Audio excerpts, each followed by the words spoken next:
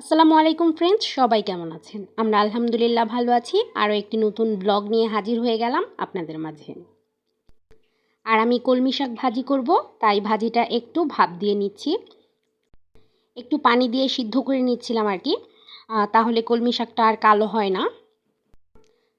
তারপর শাকটা সেদ্ধ হয়ে যাওয়ার পর আমি পেঁয়াজ, কাঁচামরিচ আর শুকনা মরিচ ভেজে নিচ্ছি শাকগুলো বাগার দেওয়ার জন্য। আর এই তো শাকগুলো সেদ্ধ করে তারপরে আমি ঝরা দিয়ে রেখেছি একটা ঝাঁঝরির মধ্যে। পেঁয়াজটা ভাজা হয়ে যাওয়ার পর এর মধ্যে আমি শাকগুলো দিয়ে দিয়েছি আর পরিমাণ মতো লবণ দিয়েছি। দিয়ে তারপর কিছুক্ষণ নেড়েচেড়ে শাকটা নামিয়ে ফেলবো, যতক্ষণ পর্যন্ত না শাকের পানিটা শুকিয়ে যায়। আর হ্যাঁ, ভিডিওর শুরুতেই বলে দিচ্ছি, যারা আমার চ্যানেলটা এখনও সাবস্ক্রাইব করেনি তারা প্লিজ চ্যানেলটা সাবস্ক্রাইব করে দিবেন। আর ভিডিওটি ভালো লেগে থাকলে অবশ্যই একটি লাইক দিয়ে যাবেন। তারপর শাকটা হয়ে যাওয়ার পর আমি আজকে মুরগির মাংস রান্না করব। মুরগির মাংসটা ভুনা করব পেঁয়াজ দিয়ে। তার জন্য আমি পেঁয়াজ আর সাথে দিয়েছি তেজপাতা। এটা একটু ভেজে নেব।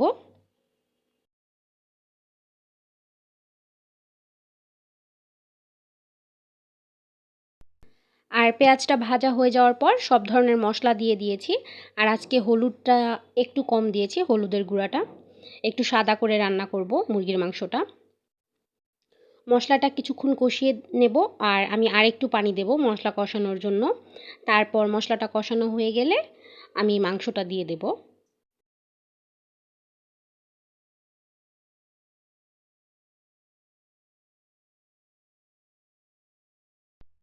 আর এই তো মশলার উপরে সুন্দরভাবে তেলটা ভেসে উঠেছে। এ পর্যায়ে আমি মাংসটা দিয়ে দেব।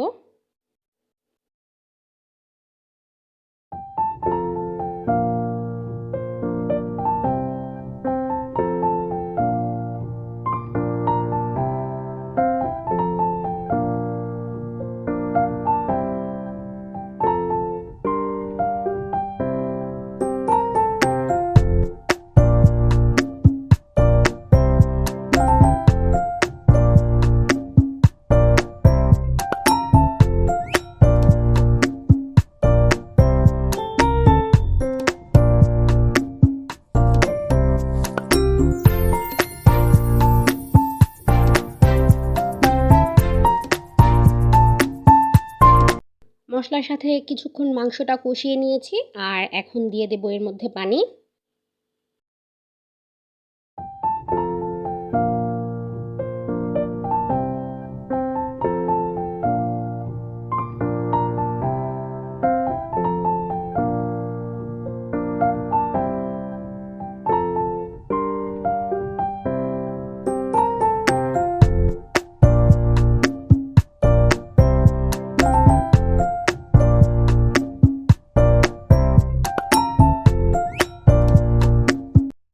আর এই তো তরকারিটা হয়ে গেছে, আমি চুলাটা বন্ধ করে দিয়েছি আর নামানোর আগে কয়েকটা কাঁচামরিচ দিয়েছিলাম।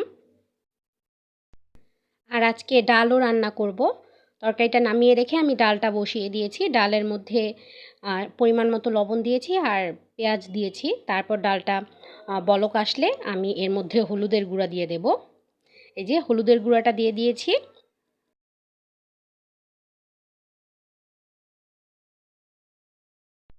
ডালটা সেদ্ধ হয়ে যাওয়ার পর আমি কয়েকটা কাঁচামরিচ দিয়ে দিচ্ছি আর দেব জলপাই। আমি জলপাই ফ্রিজে রেখে দিয়েছিলাম, এই যে ফ্রিজের মধ্যে জলপাই, তারপর কাঁচা আম আর চালতাও রেখে দিই ডালের জন্য। আর যেহেতু এখন টমেটোর সিজন, বেশ কয়েকদিন টমেটোর ডাল খেয়েছি, আজকে ভাবলাম একটু জলপাইয়ের ডাল খাই।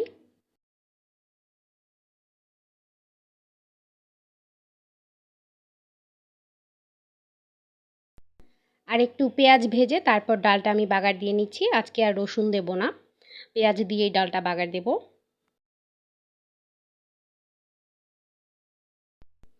তারপরে এই তো ডালটাও হয়ে গেল আর আজকের রান্নাটা এ পর্যন্তই। রান্নাটা কমপ্লিট হয়ে গেছে। তারপরে আমি ইফতারের জন্য আয়োজন করব।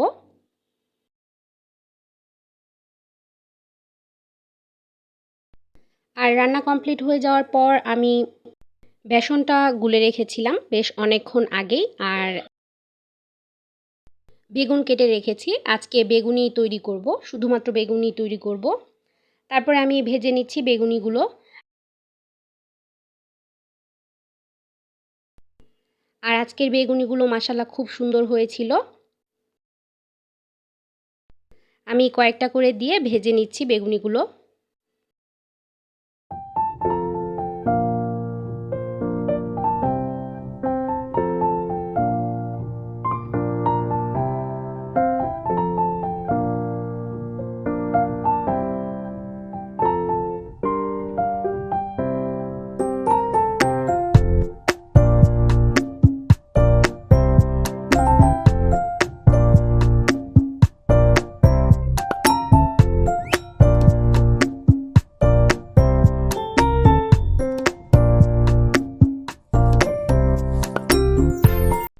আর বেগুনিগুলো ভাজা হয়ে গেছে। আমি এখন সব ইফতার এনে রেখে দেব।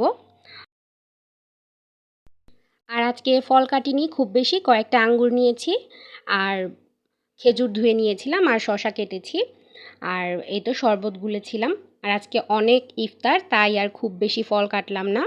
আজকে আব্বু এনেছে ইফতারি, তারপর রায়হান এনেছে, আর আমিও ইফতারি ভেজেছিলাম বাসায়। এগুলো নিয়ে এসেছে আব্বু, এই যে ইফতারিগুলো। তারপরে আবার রায়হান নিয়ে এলো ইফতার।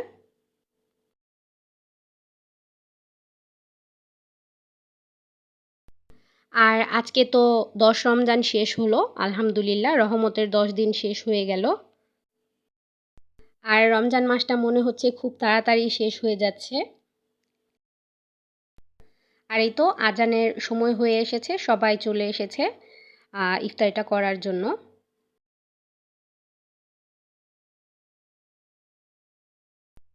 তারপরে তো আলহামদুলিল্লাহ ইফতারি শেষ করলাম, আর আমি আর শফিম খেয়ে নিচ্ছিলাম চা দুজনে। আর শফিম কিন্তু আজকেও রোজা ছিল, ওরও 10 রোজা শেষ হলো, ও সবগুলো রোজা রেখেছে। আর এই তো আজকের ভিডিওটা এ পর্যন্তই। ইনশাল্লাহ আগামীকাল দেখা হবে আরও একটা নতুন ভিডিও নিয়ে। আল্লাহ হাফেজ।